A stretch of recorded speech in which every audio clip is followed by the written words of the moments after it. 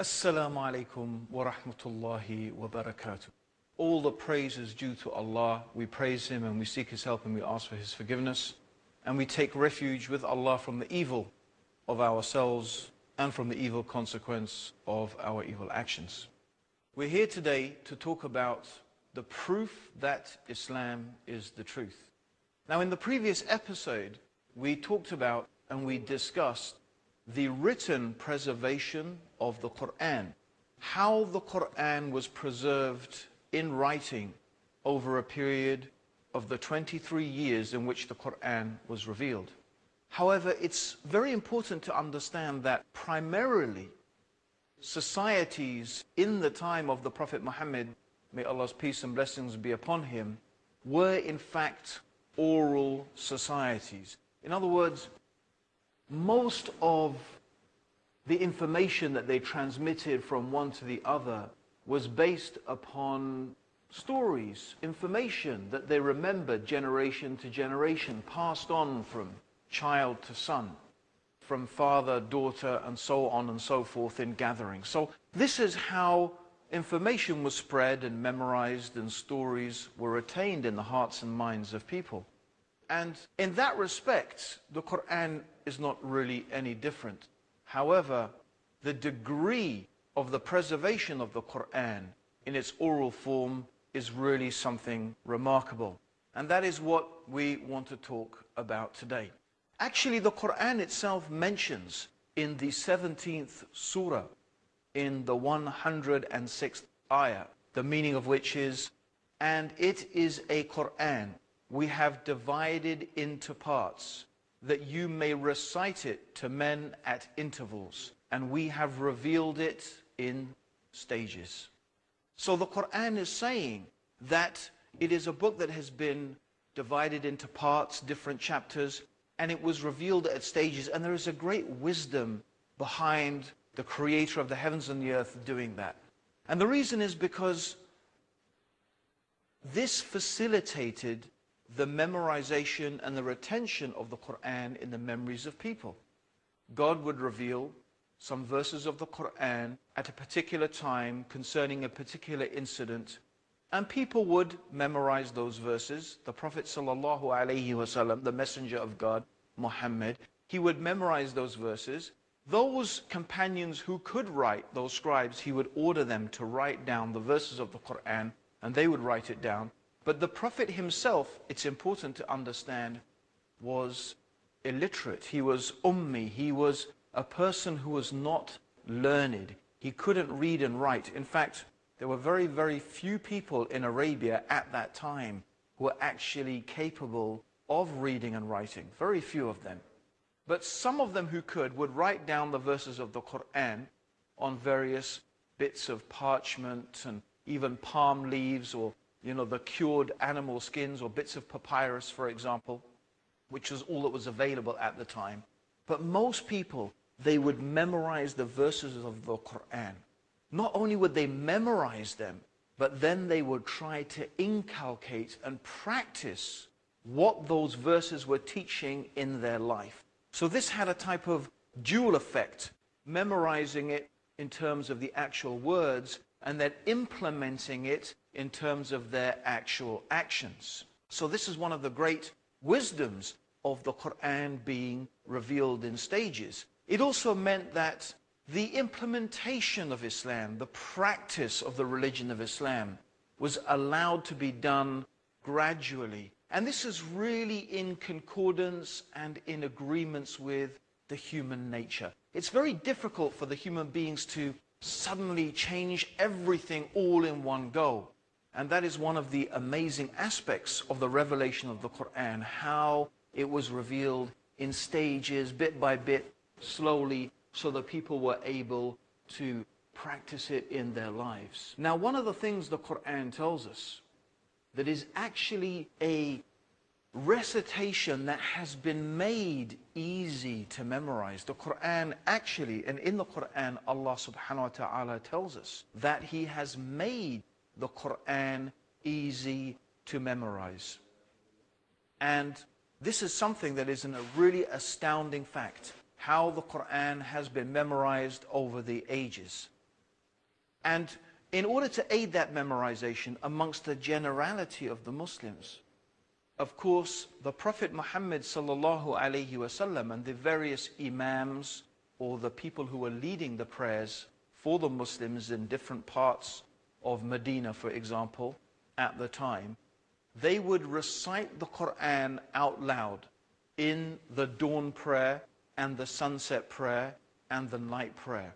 So they are constantly hearing the recitation of the Qur'an in the prayers.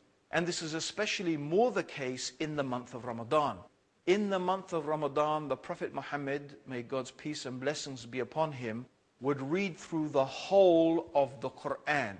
And this was a habit that the Muslims had, and they retain it until today, of reciting the whole of the Qur'an in the month of Ramadan. And also, the Prophet Muhammad sallallahu alaihi wasallam, may God's peace and blessings be upon him, he would also encourage the Muslims to memorize the Qur'an. In fact, it is a very, very virtuous thing in Islam to be a person who has memorized the whole of the Qur'an. Indeed, there was an incident where two companions who were very, very close friends died both at the same time. And the Prophet Muhammad gave the first burial and the most honored position in the grave to the person who had memorized the Qur'an the most. In fact, the person who is the Imam is most entitled to be the Imam because he has memorized the most of the Qur'an. Also, the Prophet sallallahu alaihi wasallam, he would encourage memorizing certain verses and certain chapters and certain or surahs of the Qur'an. For example, before the Friday prayer, the Prophet Muhammad used to encourage very much the reading of Surah Al-Kahf. Also, the Prophet Muhammad described, sallallahu alaihi wasallam, he described, may God's peace and blessings be upon him, Surah Yasin as being the heart of the Qur'an. He said that Surah Al-Baqarah and Ali Imran would be intercessors for the people on the Day of Judgment, for the people who had memorized it. So all of these things were really an encouragement and a further incentive for people to memorize the verses of the Qur'an. So with all of these encouragements and the recitation of the Qur'an during the prayers, this is how, stage by stage, piece by piece, the Qur'an came to be memorized in the minds and the hearts of people. So let's look a little bit further into some of the aspects of this memorization. By the time the Prophet Muhammad, may Allah's peace and blessings be upon him, had died, we find that there are many, many different people who had become huffaz, or they had become memorizers of the entire Qur'an. And these people were very, very respected, of course, in the Muslim community because they had managed to memorize the entire Qur'an. And this memorization of the Qur'an was passed on generation after generation through all the generations of the Muslims until today. In fact, what we have is what is called a mutawatir transmission of the Qur'an. This concept of mutawatir, what does it mean? Well, essentially, it is an idea, or it means that so many different people have narrated a particular story or a particular thing from so many different directions. It is impossible, it's inconceivable that these people could have gathered together to invent a falsehood. In other words, imagine you have 1,000 people. These 1,000 people, each of them are teaching another 1,000 people. And each of those 1,000 people teach another 100 people. Can you imagine how many hundreds of thousands of people that constitutes? And is it possible that these people could have all gathered together and conspired together to invent something? No, it's not something that is possible. And therefore, it is considered in terms of the oral transmission, when something is mutawatir, there are so many people that have narrated it. then it's impossible that they could have invented something. And this is the case with the Qur'an. The entire Qur'an, every verse of the Qur'an has come to us throughout the ages, a continuous mutawatir transmission of these verses of the Qur'an. Also, when someone wants to become an expert, a hafiz of the Qur'an, that they will also have to sit with a teacher and they will have to learn the Qur'an in a special way. And we're going to discover a little bit more about this and this very important chain of teachers of the Qur'an all the way back to the Prophet Muhammad after the break. So don't go away. Join us after the break to discover more about the amazing Qur'an and its oral transmission throughout the ages. Assalamu alaikum. Assalamu alaikum, everybody. Welcome back to The Proof That Islam is the Truth. And we're talking today about the oral transmission of the Qur'an, how the Qur'an was preserved in the minds and the hearts of the Muslims over the many generations. And we talked about the mutawatir, the transmission of the Qur'an, how the Qur'an was passed on generation after generation through countless thousands of Muslims who have memorized the entire Qur'an. But it's not only about memorizing the Qur'an. There is a science of tajweed. Tajweed is the exact and precise pronunciation of all the letters and all the words in the Qur'an. And it is something that in order to know it, you have to study it under a teacher. And traditionally, these teachers who have specialized in the tajweed and the recitation and the memorization of the Qur'an have acquired students. Students have studied with them for maybe 3 to 6 years. And after maybe, it could be anything from 3 to 6 years, when a student has really reached proficiency in this particular field, then that scholar will give them what is called tazkiyah. It means they will give them a type of written approval to recite and to transmit the recitation of the Qur'an. And he only does this after very, very thoroughly checking that this person can recite the Qur'an precisely and concisely with the correct accent and with the correct elongation of certain sounds. So it's a science, really. And so this also further ensures that in no way, shape or form is the Qur'an allowed to be distorted and corrupted. Another thing that's very important to realize is that Arabic is a living language. It's a living language. People still speak Arabic today. And people who speak Arabic, they can pick up the Qur'an, they can pick it up, and they can read it, and they can understand it. Even though this is 1,400 years ago, people can still understand the Arabic of the Qur'an. So it is a living language. And this also, we have to understand, is very important in aiding the memorization of the Qur'an. It is the case of the Qur'an that literally countless millions of human beings throughout the ages have memorized the entire Qur'an. In fact, in the mosque where I work, one of the imams there had memorized the entire Qur'an by the time he was 7 years old. I mean, think about that. He had memorized the entire Qur'an by the time he was 7 years old.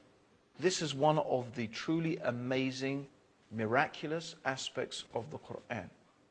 So this preservation of the Qur'an through the oral transmission and the memorization of the Qur'an in the minds of people is not something only that Muslims claim. It is something that even non-Muslim scholars have recognized and have commented about. So I'm just going to read now a few comments from some Orientalists. They are the scholars who there's expertise in this field. So for example, A.T. Welch, he writes, "For Muslims, the Qur'an is much more than scripture or sacred literature in the usual Western sense. Its primary significance for the vast majority through the centuries has been in its oral form, the form in which it first appeared, as the recitation that was chanted by Muhammad to his followers over a period of about 20 years. The revelations were memorized by some of Muhammad's followers during his lifetime. And the oral tradition that was thus established had a continuous history ever since, in some ways independent of and superior to the written Qur'an. Through the centuries, the oral tradition of the entire Qur'an has been maintained by the professional reciters, Qur'an. Until recently, the significance of the recited Qur'an has seldom been fully appreciated in the West. Also, a leading Orientalist whose name is Kenneth Cragg, he said, "The Qur'an is perhaps the only book, religious or secular, that has been memorized completely by millions of people." Let's repeat that. The Qur'an is perhaps the only book, religious or secular, that has been memorized completely by millions of people. And he goes on to say, this phenomenon of the Quranic recital means the text has traversed the centuries in an unbroken line of living sequence of devotion. It cannot therefore be handled as an antiquarian thing, nor a historical document of the distant past. The fact of hifz, meaning Quranic memorization, has made the Qur'an a present possession through all the lapse of Muslim time and given it a human currency in every generation, never allowing its relegation to bare authority and reference alone.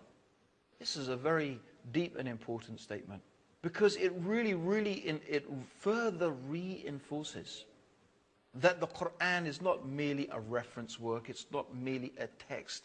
It is something that is living. It is something that is vibrant. And the memorization and the constant renewal of this memorization is what makes the Qur'an so vibrant and so real in the hearts and the minds and the lives of everyday Muslims.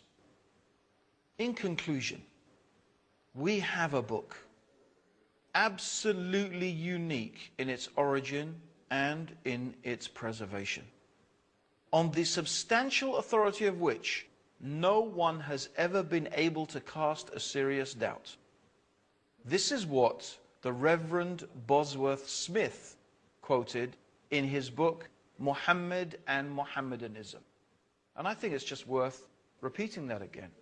It's a book, he says, unique in its origin and its preservation. The authority of this preservation of the Qur'an, no one has been able to cast a serious doubt. Now, there have been people throughout the ages, there have been people who have attempted in various shapes and various forms, and some of these people have come forward recently trying to cast aspersions and some doubts on the authenticity of the Qur'an. But in fact, in reality, no one has been able to make a serious challenge to the oral transmission of the Qur'an. And this is the point that we really have to remember. The Qur'an has been written down. It has been recorded in written form. And we do have ancient manuscripts dating back very closely to the time of the Prophet Muhammad, may Allah's peace and blessings be upon him. They do exist. And we talked about that in the previous episode. But what adds to this indisputable authenticity of the Qur'an is this truly remarkable system of hifz, of the memorization of the Qur'an. And it's quite a remarkable thing that I experienced myself. In the month of Ramadan, Muslims gather for what is called the Tarawih prayers. These are some special prayers in the night time where Muslims come together and we pray for maybe an hour and a half, and a lot of the Qur'an is read. Now, of course, usually we will be led by an imam who has memorized the entire Qur'an, but almost inevitably, there are always 2, 3, 4 or 5, maybe 10 people, other people in the audience who have also either memorized that portion of the Qur'an that the imam is reading, or maybe they themselves are huffaz, they are people who have memorized the entire Qur'an. Now, people sometimes make mistakes. It's inevitable. Human beings are fallible. They make mistakes. They forget things. They may get one verse confused with another. But almost inevitably, if the imam stumbles, or he forgets, or he pauses, you hear another voice from within the congregation, reminding of one huffaz of another, this self-correcting process in the oral memorization and transmission of the Qur'an. It is, you are witnessing, when you hear this, a type of living miracle. You are witnessing how God is actively preserving His word in the hearts and the minds of the Muslims. And certainly Allah speaks the truth when He says, Inna nahnu nazalna al-dhikr wa inna lahu lahafidhun. Verily, we have revealed the reminder, and upon us is the preservation of it. This is a living miracle. Is there a book in the world like this? Is there anything that can be compared to the Qur'an in just this aspect alone? Yet, this is only the beginning of the wonders of the Qur'an. In our next episode, we are going to deal with the preservation of the hadith, the sayings and the actions and the tacit approvals of the Prophet Muhammad. May Allah's peace and blessings be upon him. So that's what we're going to be talking about in the next episode. So please don't forget to join us, where we will be talking about the preservation of the Sunnah and the hadith and sayings of the final messenger, Muhammad. May God's peace and blessings be upon him. And may Allah guide you, and may Allah guide me, and may Allah guide all of us closer to the truth. It's been a pleasure talking to you, and I hope that you have been inspired and motivated by these amazing things that you are hearing, and you're going to be hearing more amazing things in episodes to come. So keep on tuning in to the proof that Islam is the truth. This is your brother Abdul Rahim Green saying to you, Assalamu alaikum wa rahmatullahi wa barakatuh.